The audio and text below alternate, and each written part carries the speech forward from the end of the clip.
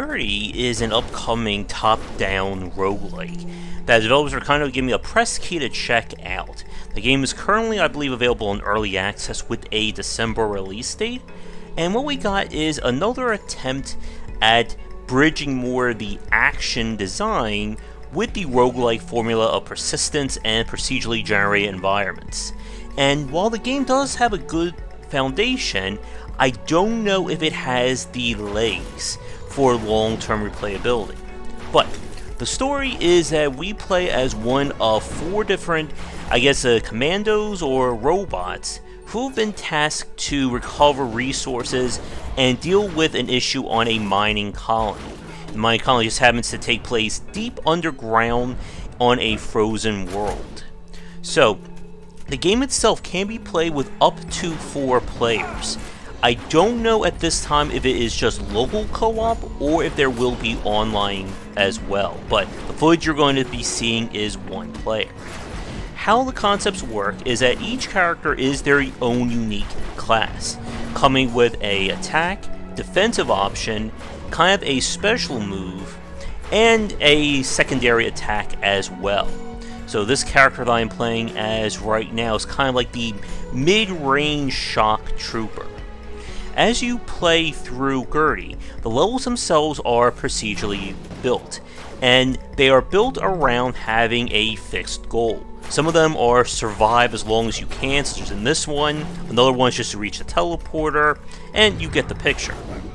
But in order to progress in the game, not only do you need to kill enemies, you need to pick up resource known as juice. That is the purple crystals that you saw to the bottom left just before I died there.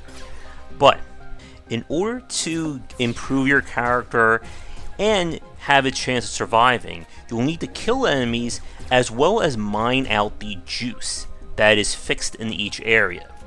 Now, as you can see, you kind of run through snow and rock in order to quote-unquote mine it out. And certain characters will have special moves, as you saw right there, that can also blow up the environment. But when it comes to the progression side, every time you kill enemies, you gain experience, which will raise your character's level. On level up, you'll gain a random improvement in one of your character's core stats, such as increased movement speed, more health, stuff along those lines. But you'll spend juice on these forges. And this is where the persistent element of Gerty comes into play that we'll talk about in a second.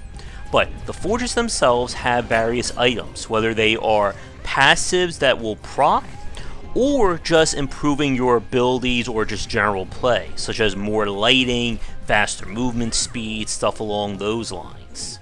How you unlock more of them to show up is the persistent aspect of Gerty.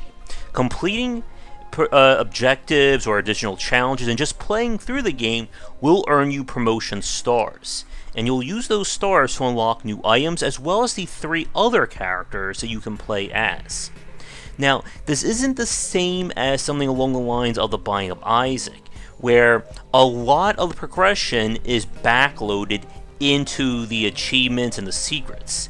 From what I've played so far, you're not going to be unlocking new characters, new enemies or environmental hazards and stuff like that the better you play.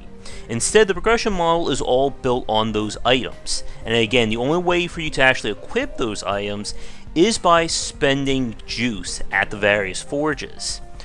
But what keeps the game more replayable or unpredictable is the fact that what forges you're going to find on a given run are going to be randomly chosen when the level is procedurally built.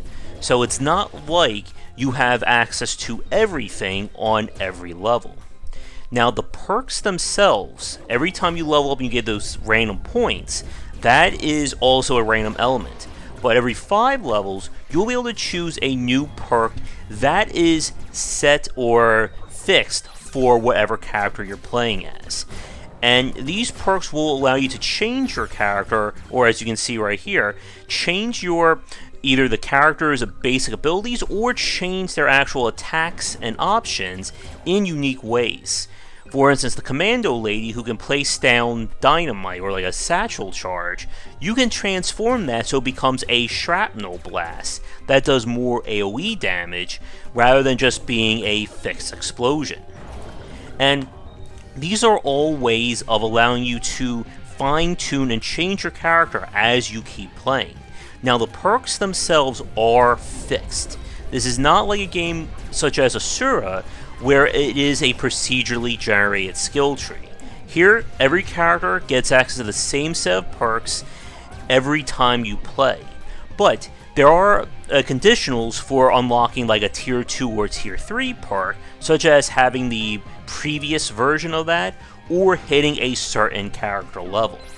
So you can't just go completely overpowered very fast. Now, the version that I played of Gerty so far, basically I believe it's about 50% in terms of content. It's essentially World 1 and Boss 1. And they're hoping when the game is released to have World 2 with its own boss at that point. So, like I said at the start, Gerty, from a design standpoint, it has a good foundation to it. The 4 characters are different, the various items do change how you play, but I think, like a lot of games that have the multiplayer component built into them, the game definitely feels more balanced and suited for having 2 to 3 other players rather than just playing it single.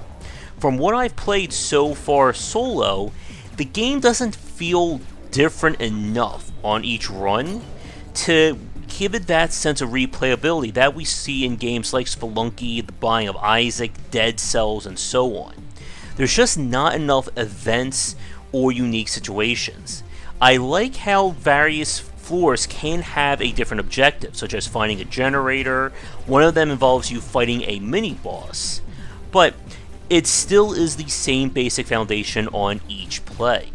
The classes themselves, at this point I don't have enough playtime to go into high-level design as to what I think, but I do feel like with a lot of games of this isometric twin shooter kind, the melee or close range characters definitely have a disadvantage compared to the mid to long range ones.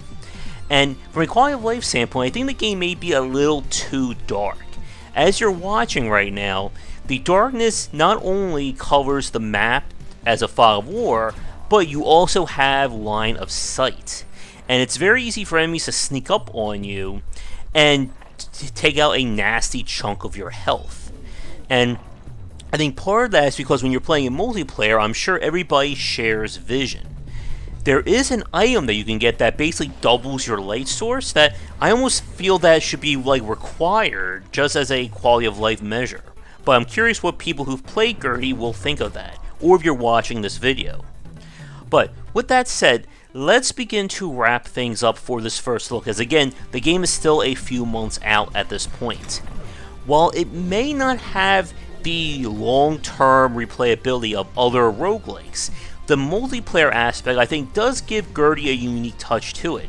And if you can find yourself a few friends who are also looking for some twin-stick roguelike goodness, Gerty can be a fun game to play, especially considering that there is friendly fire, and I'm sure that will not cause any loss of friendships in the coming months.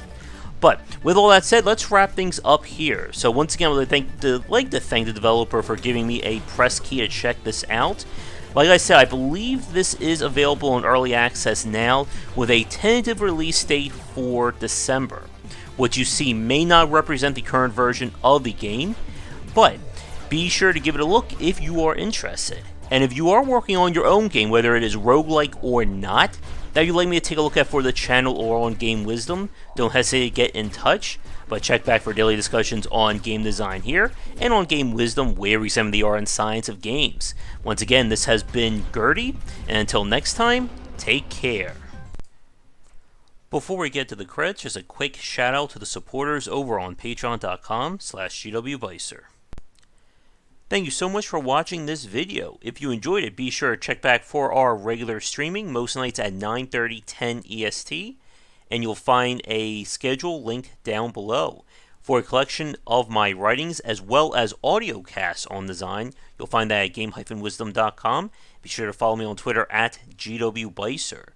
If you're interested in hanging out and talking about game design topics, we have a Discord channel with the basic tier open to everybody, and that is linked down below as well.